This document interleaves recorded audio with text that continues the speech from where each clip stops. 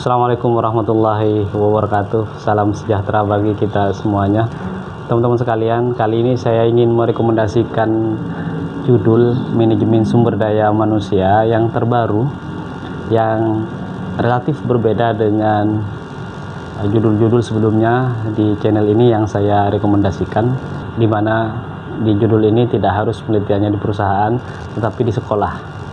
Ya, jadi di sekolah bisa kita melihat bagaimana kualitas sumber daya manusia yang ada, terutama guru di sini. Oke, supaya tidak lama-lama, judulnya adalah pengaruh pengangkatan tenaga honorer menjadi P3K. P3K itu pegawai pemerintah dengan perjanjian kerja, ya, terhadap motivasi dan kualitas kinerja guru. Lokasinya silahkan teman-teman tentukan sendiri di mana lokasi yang terdekat dengan teman-teman. Saya yakin ini akan memudahkan karena tidak harus di perusahaan-perusahaan tertentu, cukup di sekolah, ya, di sekolah di daerah kalian masing-masing gitu ya. Nah, terkait dengan fenomena dari masalah ini ya, yang nanti bisa dituliskan di dalam latar belakang adalah bahwa dalam beberapa tahun terakhir, minimal 3 atau 4 tahun, 3 tahun terakhir lah, terutama yang baru kemarin ya, tahun-tahun COVID itu adalah pengangkatan dari tenaga honorer ke P3K itu sangat banyak sekali. Dan untuk guru itu kemarin tidak ada yang diangkat menjadi PNS, semuanya P3K. Dan untuk berikutnya ini di tahun ini itu juga sama, P3K, pegawai pemerintah dengan perjanjian kerja. Nah, banyak mereka itu kan, kalau PNS itu batasannya sampai umur 35, sementara P3K itu yang dilihat juga adalah pengabdian gitu. Tenaga honorer banyak yang terangkat posisinya dari pegawai yang honorer menjadi pegawai pemerintah atau ASN lah gitu ya. Nah, kita dari sini ingin lihat, benarkah pengangkatan tenaga honorer ke P3K itu berpengaruh atau mempengaruhi motivasi mereka, mempengaruhi terhadap kualitas kinerja mereka dalam lingkungan pendidikan. Selama ini sering kita, banyak guru-guru itu mengeluhkan persoalan kesejahteraan, ya kan? Tenaga honorer banyak yang digaji, ya, banyak yang mengatakan tidak manusiawi, sementara mereka harus bekerja sama dengan yang PNS gitu, dan gajinya ya seperti yang saya katakan tidak manusiawi gitu. Nah, ini fenomena yang perlu dituliskan. Sekarang pemerintah berusaha untuk meningkatkan kesejahteraan mereka dengan mengangkat, terutama bagi guru-guru yang usianya lebih dari 35 tahun. Nah, mereka diperhitungkan tuh yang sudah mengabdi. Banyak di antara mereka yang diangkat.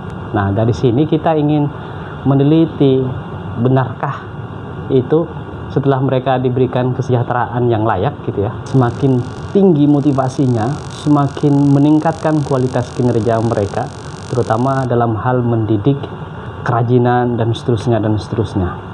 Nah, ini yang perlu teman-teman teliti. Teman-teman bisa meneliti di skup tingkat sekolah dari SD sampai dengan SMA gitu misalnya, atau dalam satu kecamatan tingkat SD gitu. Dalam kecamatan itu kan ada beberapa SD gitu. Teman-teman bisa meneliti di tingkat kecamatan, atau cukup satu sekolah juga bisa. Seharusnya logika standarnya, karena mereka itu ya sederhananya, kalau mereka digaji 50, pemerintah tidak boleh dong menuntut mereka bekerja 100, ya kan? Digaji 50% atau digaji di bawah itu, sementara lembaga pendidikan menuntut mereka bekerja 100%, ya kan? Nggak masuk akal. Maka wajar kalau mereka tenaga honorer selama ini itu tidak optimal karena mereka harus bertahan hidup. Selain di sekolah, mereka juga harus mencari alternatif untuk mendapatkan pemasukan kan. Nah, makanya mereka tidak benar-benar konsen untuk mengajar. Nah, pada konteks ini, setelah adanya pengangkatan P3K ini, maka seharusnya itu bukan masalah. Seharusnya dia lebih fokus kemudian meningkatkan kualitasnya. Juga termotivasi seharusnya karena mereka dihargai kan gitu. Nah, kalau di perusahaan kan kalau kita kasih kasih insentif itu kan pasti ya rumusnya kan meningkat motivasi itu. Dan ketika motivasi meningkat, maka kualitas kinerjanya akan jauh lebih baik. Oke, maka dari sini hipotesisnya kan sederhana bisa dibangun dari sini.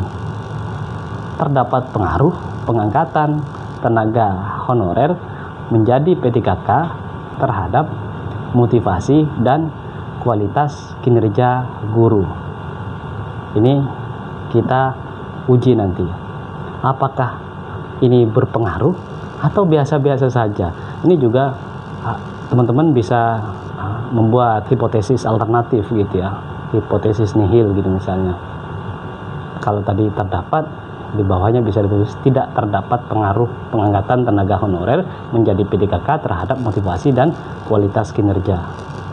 Dalam hal ini kinerja guru gitu. Nanti bisa dibuat alternatif kayak gitu. Kalau misalkan positif, terdapat pengaruh pengangkatan tenaga honorer menjadi P3K terhadap kualitas atau terhadap motivasi dan kualitas kinerja, maka terbukti hipotesis ini. Kalau tidak terbukti, maka hipotesis yang kedua bisa jadi alternatif gitu. Dan ini juga menjadi evaluasi kan, menjadi masukan kamu terhadap masalah atau fenomena pengangkatan tenaga honorer ke P3K. Kalau misalkan tidak terbukti, teman-teman bisa mengevaluasi itu. Ternyata ya percuma juga pemerintah mengangkat tenaga honorer menjadi pegawai pemerintah dengan perjanjian kerja gitu. Kalau ternyata mereka itu kualitas dan motivasi kerjanya sama saja seperti para honorer kan gitu sederhananya. Maka dari sini teman-teman bisa membuat evaluasi dan masukan gitu terhadap secara tidak langsung terhadap pemerintah melalui kajian atau penelitian ini. Oke, dari sini mari kita susun rumusan masalahnya. Rumusan masalahnya seperti apa? Yang pertama adalah bagaimana motivasi dan kualitas kinerja guru honorer di mana? Atau bisa dituliskan bagaimana motivasi dan kualitas kinerja guru sebelum menjadi P3K gitu kan. Dalam hal ini kan guru honorer gitu. Kemudian yang kedua yang menjadi poin penting dari hipotesis yang kita bangun, apakah pengangkatan tenaga honorer menjadi P3K berpengaruh terhadap motivasi dan kualitas kinerja guru di mana lokasinya gitu ya. Jadi itu.